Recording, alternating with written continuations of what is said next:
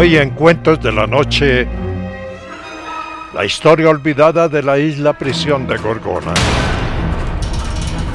El ladrillero poseído.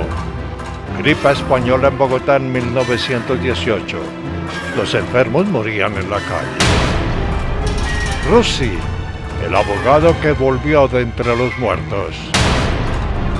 La cajita. La madrastra regresó de la muerte para avisar de un tesoro. Y al final, una muestra de nuestro próximo canal, Paz Verde al Ala. Cordial saludo. Bienvenidos a estos Cuentos de la Noche. Hay un lugar en nuestro país que es muy conocido, se llama la isla de Gorgona. Allí hubo una prisión hace mucho tiempo, por allá hacia 1960, la inauguraron y en el gobierno de un presidente llamado Belisario Betancur en 1984 la clausuraron. A esa prisión llevaban todos los más malos de Colombia y los tenían en esa isla que es selvática, en unas condiciones que uno mira las imágenes, ahí comienzan a verlas. Era una prisión bastante difícil y las condiciones con mosquitos zancudos, plagas, culebras y demás bichos, pues la condición no era muy buena. Por ejemplo, aquí están las celdas de castigo donde ponían o colocaban o ubicaban a los que se portaban muy mal. Ahí los metían en esas celdas de castigo que se ve eran terribles. Claro que las personas que iban allá tampoco es que fueran muy buenas. Había un punto de castigo muy especial para los más rebelados que lo llamaban el embudo o el hueco. No recuerdo bien. Ese sitio donde colocaban a estos presos. Bueno, un día llevaron allí un preso de nombre Armando. Armando se rebeló y el jefe de la prisión ordenó que lo metieran en el embudo, una cosa así cerrada, donde estaba amarrado de manos y quedaba como preso, estaba día y noche. Los compañeros de Armando, que habían sido parte de su organización delictiva y que estaban allá, lo acompañaban. No iban a dormir, sino que se hacían alrededor del embudo acompañándolo y todo eso, pues el compañerismo. El caso es que Armando estaba ahí y la segunda noche de estar ahí todos se arrimaron y le daban agüita y comidita y todo ese tipo de cosas. Metido en el embudo, los compañeros se medio durmieron y los guardias también, porque eso tenía guardias alrededor la prisión. Y cuando abrieron los ojos, Armando no estaba, no aparecía por ningún lado. Estaba amarrado con esposas, no era cuerditas, sino esposas de manos y pies. Comenzaron a buscarlo, sonó la alarma, lo buscaron por todo lado, por la selva, hicieron equipos de búsqueda.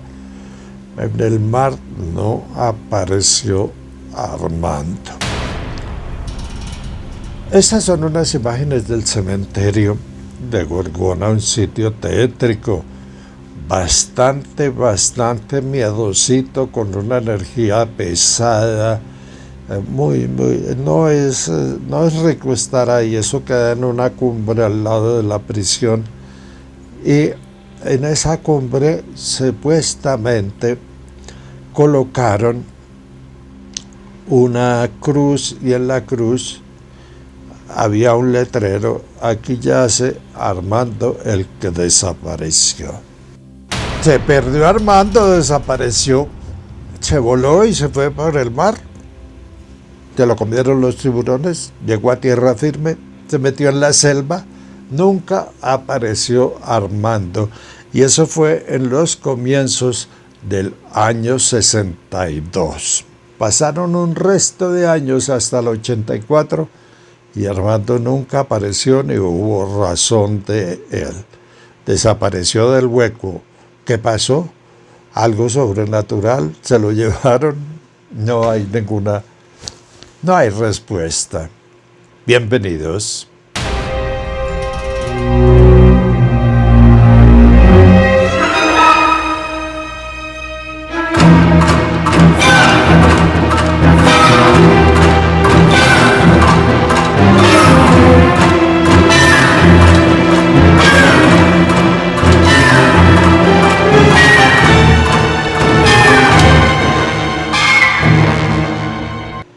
Hemos recibido muchos comentarios de ustedes y de verdad es muy importante que los hagan preguntas, cuestionamientos, afirmaciones, experiencias. Manita arriba, manita abajo, suscribirse, hacerse miembros. Eso nos ayuda muchísimo a continuar. En estos días, después del programa anterior, recibí un comentario. Oscar Moreno escribe: Don Roberto, muchas gracias por la respuesta, pero me queda una duda. Así como una entidad maligna puede tomar posesión, ¿podría ser al contrario? ¿Podría ser que una entidad benigna tome posesión? ¿O eso no lo hacen nunca? ¿No lo hacen las buenas entidades?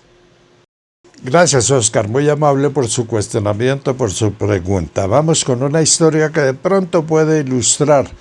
Yo no soy muy experto en esos temas, pero sí tengo historias que de pronto se relacionan con esa pregunta.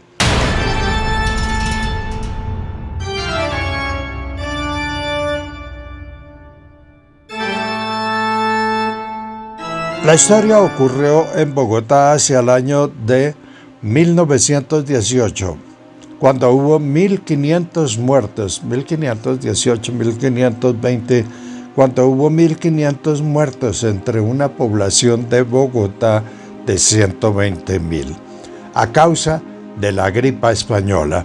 Las personas quedaban tiradas en el piso, morían en las casas, morían donde estuvieran, los iba matando la tal gripa española. Y no había sepultureros, entonces contrataron se llevaron a los presos que había en la capital para que sirvieran de sepultureros. Recordemos, murieron 1.500 personas en una ciudad que tenía 120.000 habitantes.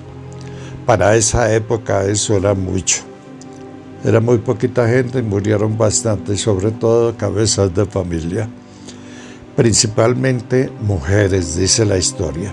Pero hay una historia que ronda por ahí, o rondaba hace muchísimos años, que tenía que ver con un señor, no me dijeron nunca el nombre, era un hombre pobre que trabajaba en una ladrillera en el barrio de Las Cruces en la ciudad de Bogotá, que era una ciudad colonial, que olía a café y a chocolate, porque en ese tiempo no venía preparado, sino que compraban el café en pepas, lo tostaban y lo molían en la casa, y el chocolate, el cacao también hacían lo mismo. La ciudad olía a eso, olía a cebada, olía a trigo, olía a pan y ante todo olía a carbón, las chimeneas de carbón, porque el combustible principal en esa época en Bogotá, hacia el año de 1918 y un poco más,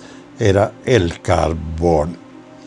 Todos se movían carretas, había algunos carros, pero eso era una cosa extrañísima.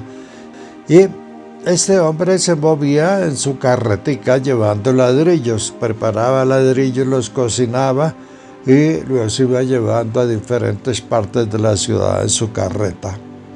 Un día, a este señor, que era ladrillero, lo encontraron botado encima de su carreta con ladrillos durante la gripe española. El hombre se murió. Algunos que lo conocían se arrimaron, ay, se murió el ladrillero, lo cogió la peste y todo el mundo tapado y eso, qué cosa que no nos vaya a pegar. Llevaron los presos para que recogieran el cadáver y lo llevaran al cementerio. Y así pasó la cosa. El caso es que mientras llevaban la carreta, porque tumbaron los ladrillos y subieron el cuerpo del ladrillero al finado, lo subieron, el finado se despertó. Habían probado aquí la sangre, el espejito para ver si estaba muerta, las pulsaciones en la mano, en el cuello, y no, el señor estaba sin resuello, como decían en esa época. Fritis mortis no resuello, se murió. El ladrillero se despertó y dejó todos aterrados. ¿Qué pasó con este señor? Y dejó la carreta y se fue. Se bañó, se arregló, se puso su mejor ropita y salió a la calle. Y en la calle, este hombre con una jarrita de agua, una totumada de agua, un biboncito de totuma de agua, comenzó a repartirla entre los que veía enfermitos. Encontró con una señora, cuentan, una señora que estaba ahí en la esquina de la Catedral Primada, botada. Y estaba agonizante, le dio la agüita, la señora se levantó y y él siguió y el otro, y el bochinche se regó por la ciudad. Las agüitas del ladrillero.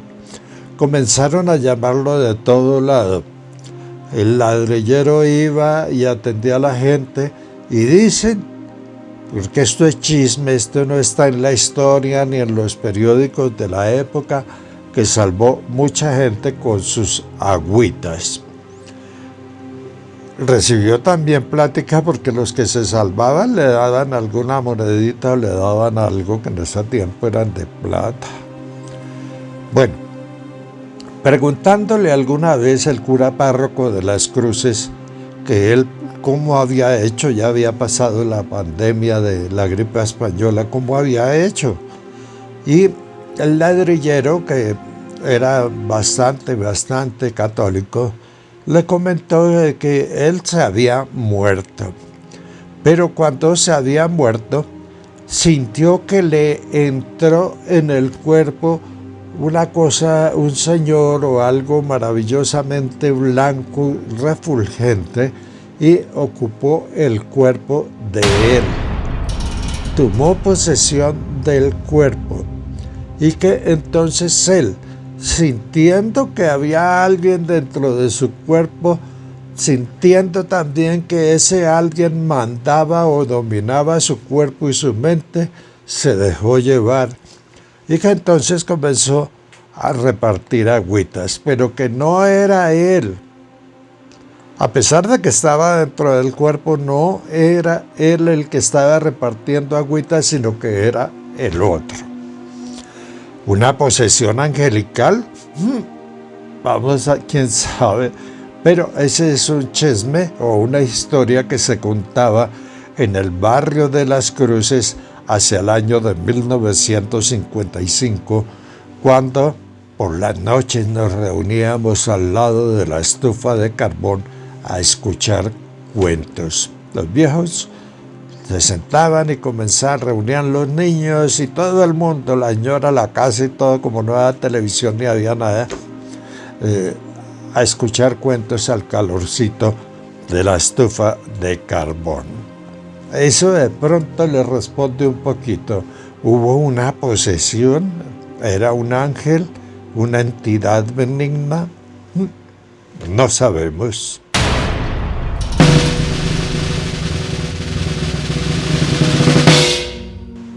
Hubo una época, así como hoy, en que Bogotá era terrible la inseguridad. Robos, asaltos, asesinatos, de todo. Y eso ocurrió en el año de 1851. Hay un señor que fue muy famoso en esa época a raíz de toda la inseguridad en la ciudad. El señor se llamaba José Raimundo Russi. Creo que hicieron una o dos novelas y hasta una película de la historia de este señor. Él era el defensor de los malandros. Los malandros hacían sus daños y él se coronaba como defensor y los sacaba libres otra vez. Se parece, ¿no? Todo se repite. El caso es que había una banda que tengo aquí anotado. Era la banda del Molino, en donde yo vivo. Toda esta área de Tenjo, Zipaquirá, Tabio, Cota, etcétera, fue azotada por la banda del Molino. Eso entraban 4 o 5, igualito que hoy, 4 o 5 y desvalijaban, se llevaban todo, se llevaban hasta las barberas de afeitar y le pegaban a la gente y todo, igualito que hoy, increíble, ¿no? El caso es que esta banda del Molino era terrible. En muchos lugares de la ciudad y todo el mundo averiguando, pero ¿quiénes son? Un día, un miembro de esa banda del Molino no pudo ir a un asalto, pero cuando llegaron del asalto y ya se comenzó a contar el billetico, él dijo, bueno, denme mi parte porque así yo no haya ido, yo soy parte de la banda. Y le dijeron, no señor, usted no fue, ¿qué quiere? ¿Qué le vamos a dar? Bueno, comenzó la pelea por la plata, como siempre. Y este señor que se sintió defraudado fue y se entregó a la policía y cantó. Los miembros son fulano, fulano, fulano, fulano. Toda condición de un perdón. Igualito que hoy. Ay, increíble. Y comenzó a destaparse la cosa. Y se encontró que uno de los jefes de los que, los que maquinaban los asaltos y esas cosas, era el señor José Raimundo Russi. José Raimundo Russi. Qué horror, qué pena, qué vergüenza. El abogado de los pobres, el abogado defensor. El abogado era el que hacía parte de eso. Cogieron algunos, cantaron y sí se salió el nombre. Resulta que el doctor José Raimundo Russi era una figura ponderante de la sociedad, claro. Sí, de la sociedad, perfecto. Lo respetaban, lo querían mucho, era un caballero todo galante, un caballero adinerado, un caballero que lo mismo se metía en la política que en los negocios, todo. Y era un señor buena gente, muy querido, el doctor Russi. Pues resultó que el doctor Russi era uno de los cerebros, el abogado de los malandros. Al final, el 16 de junio de 1851 lo juzgaron y en la Plaza de Bolívar de Bogotá se cuadró el pelotón como se usaba en la época con sus fusiles y pum, pum, pum, mataron a todos los de la banda, incluido el señor Russi. Eso es lo que cuenta la historia. Pero hay un pedazo que no cuenta la historia. Lo encontré en este librito. ¿Sí? La Quinta de Bolívar, 5 bogotanos, fantasmas de Santa Fe de Bogotá. Eso es de 1920, 1930.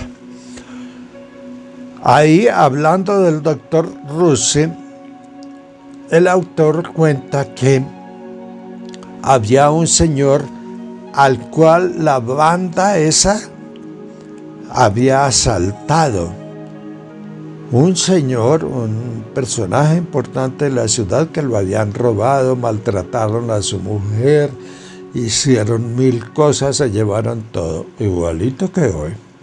Solo que en esa época era diferente, el castigo era diferente. Bueno, no nos metamos en esas cosas. El señor se llamaba Andrés Caicedo Bastidas. A él lo asaltó y él estuvo en el juzgado y conocía personalmente al señor Russi, por quien tenía gran estima antes de enterarse que el doctor Russi era malandro. Bueno, pasó el tiempo, 4 o 5 años, y este señor, Caicedo Bastidas, se fue para España, llegó a Granada y allí llegó a conocer, estaba muy interesado en conocer la Alhambra. Se fue para allá, feliz con su familia, y a la entrada de la Alhambra se encontró un señor idéntico al doctor Russi, con los mismos ademanes, la misma voz, el mismo caminar, la misma forma, absolutamente idéntico al doctor Russi. Y el doctor se preguntaba, pero ¿cómo va a ser que esté vivo si yo lo vi muerto cuando lo bajaron del paredón que quedó tendido ahí en el piso en la Plaza de Bolívar? Yo lo vi, fui, lo miré y me alegré de que lo hubieran matado porque habían ultrajado a mi familia. ¿Cómo es que está vivo? Y entonces, con disimulo, porque le dio miedo, que tal que sea de verdad, le dio miedo, se fue a averiguar. Y sí, el señor, pero tenía otro nombre distinto. Él no se arrimó al doble del doctor Russi y se vino para Bogotá. Cuando llegó, comenzó a averiguar. ¿Y dónde enterraron al doctor Russi? No, que está enterrado en la fosa común del cementerio. ¿Cómo así que está enterrado? Sí, lo enterraron y averiguó, y supuestamente, efectivamente, lo habían enterrado. Queda el misterio. La historia del doctor Russi. ¿Cómo es que lo matan? Que es que le dispararon, cuentan en este libro, le dispararon todo.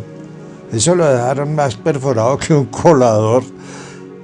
Se murió, cayó, y va este señor y se encuentra un hombre absolutamente idéntico en la Alhambra hacia el año de 1851-55. Cosas raras y misteriosas de nuestra historia.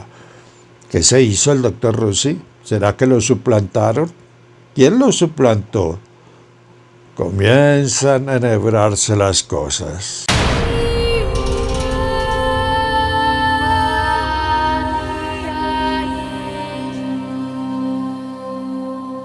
Por allá en el municipio de Falan, muy querido por mí, hay una vereda que queda al lado de una casa del colegio, la escuela normal donde yo estudié, que se llama Piedecuesta. Ocurrió este asunto el 11 de julio de 1968. Me acuerdo muy bien porque se había organizado una huelga en la normal, los alumnos se rebotaron y a mí me echaron la culpa y me echaron de líder, y yo no tenía nada que ver en ese asunto. Yo lo único que hice fue ir a decir, cuando los alumnos se rebelaron, ir a decirle al rector: señor rector, no le van a obedecer. Y no, quedé yo de líder y metido. Eso fue un problema gravísimo. Ese día yo me bajé para el pueblo a llamar por telecom, porque no había celular ni nada, al Ministerio de Educación, de que por favor vinieran porque me estaban metiendo a mí en un lío. Efectivamente mandaron inspector. Yo me subí, en esa época no había buses ni nada, y había que subir por un desecho, un camino rural bastante largo, que le llaman el desecho allá en Falan. Y subiendo me encontré en la carretera al lado de una casa que era lavandera, de una señora que era lavandera, lavaba la ropa de los muchachos. Me encontré una niña llorando y toda afanada y me dijo, ay señor, venga, venga, venga, que mi mamá se murió. ¿Cómo así? Yo entré a la habitación y efectivamente había una viejita muerta en la cama. Y la niña toda afanada, llorando, yo no tengo con qué enterrarla, yo soy muy pobre. Yo fui a mirar a ver a algún vecino, pero la casita era la ahijada de las demás. Y entonces aquí no hay nada que hacer. Y me bajé nuevamente al pueblo, hablé con el alcalde y ahí le mandaron un ataúd y todo ese tipo de cosas. Y le regalaron el entierro porque existe plata en los municipios para eso. Pasaron los días y me llegó el cuento, la historia de que la niña no quería entrar a la casa. Ella era hijastra de la señora lavandera que había muerto. Y no quería entrar. Entonces, averiguando, vino el sacerdote, no recuerdo el nombre, un sacerdote muy querido, muy buena gente, de Falan, párroco en esa época, y entró a la casa, miró, no, es que mire, es que se mueven las cosas, es que todo salta, es que todo brinca. Eso a cualquier hora todo comienza a brincar, y aquí debajo de la cama es donde más se sienten ruidos, decía la niña toda asustada, toda alborotada, porque pues era el único lugar que tenía, era la hijastra, eran muy pobres, pues tenía que vivir ahí, pero la muerte de la abuelita la traumatizó. El padre me recordará el nombre, el padre movió la cama y debajo de la cama había un cuero de res. Eso estaba lleno de telarañas, basura, zapatos y todo. Y él movió todo y quitó el cuero de res, y en un ladito del cuero de res, abajo en la tierra, había enterrada una cajita. La cajita tenía 10,000 pesos de la época, contados por el mismo cura. 10,000 pesos de la época, que era una fortuna. Eso era mucha plata. Y el curita le dijo a la niña, venga conmigo, vamos para el pueblo.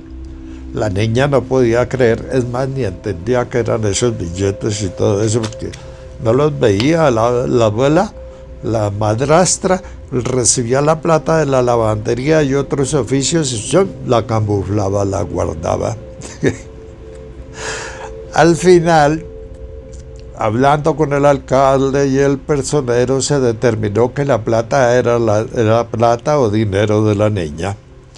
La llevaron a la caja agraria, le abrieron una cuenta de ahorros que en esa época se usaba mucho para los jóvenes, y le daban a uno una alcancía de hierro y todo eso, muy bonita. Le dieron la platica a la niña, se la consignaron, le dieron unos pesos. Una maestra muy querida de la zona subió y la ayudó a organizar la casa, ya su ropita y todo eso. Ella quedó viviendo ahí. No sé qué pasaría con ella, pero queda el cuento, la intriga de los tiestos que se movían, las cosas que saltaban. La muerta tenía su remordimiento de un entierro. ¿Qué pasó?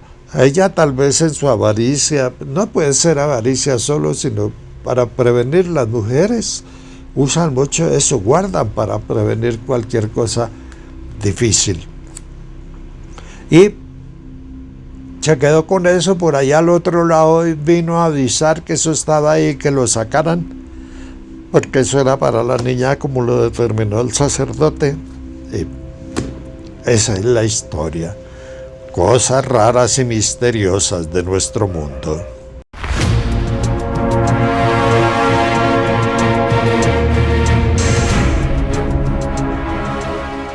Al comienzo de este episodio les hablé de la isla prisión de Gorgona, muy conocida en el mundo porque hoy en día es un santuario, un parque natural supremamente hermoso. Ojalá puedan ir algún día. Gracias a los miembros que nos han colaborado y a los donantes, estamos preparando el regreso de Paz Verde, que se llama Paz Verde Alala, pero orientado hacia la escuela, como material didáctico no formal para los estudiantes, sobre todo los pequeñitos. Estamos elaborando ya ese material para inaugurar el canal, es otro canal dependiente del nuestro, de Roberto Tobar Gaitán, y el siguiente es una muestra de lo que va de material en ese canal, Paz Verde Alala.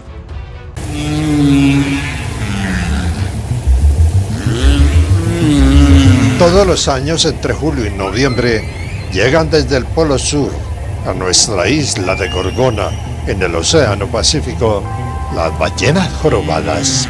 Vienen de vacaciones, vienen a casarse y a tener sus hijos. Navegar a su lado, verlas pasar, es extraordinario. Son tan grandes que parecen submarinos. Ellas son mamíferos como nosotros, amamantan a sus hijos y viven en manadas o escuelas. Y las tías, dicen, son las encargadas de educar a los bebés. Y en esta Paz Verde de Alala asistiremos a las piruetas y saltos de una ballena grandototota. Una ballena que parecía como loca disfrutando de las aguas de Gorgona. La ballena loca.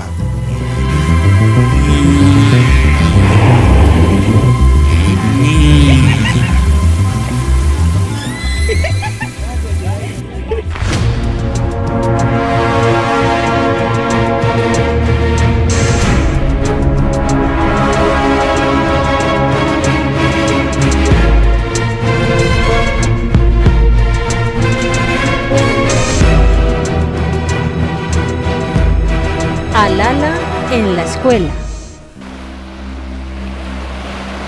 Planeta Tierra. Aquí tu continente, Suramérica, y al norte está tu país, Colombia, un territorio de mares.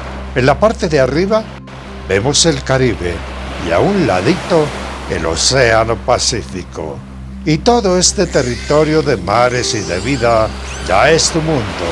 Un mundo para descubrir y disfrutar.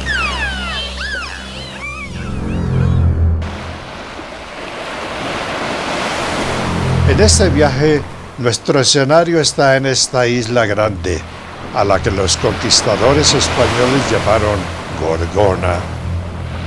Antiguamente, Gorgona era una deidad, una diosa que en lugar de cabellos tenía serpientes. Y a la isla de Gorgona la llamaron así porque en ella abundan esa clase de reptiles.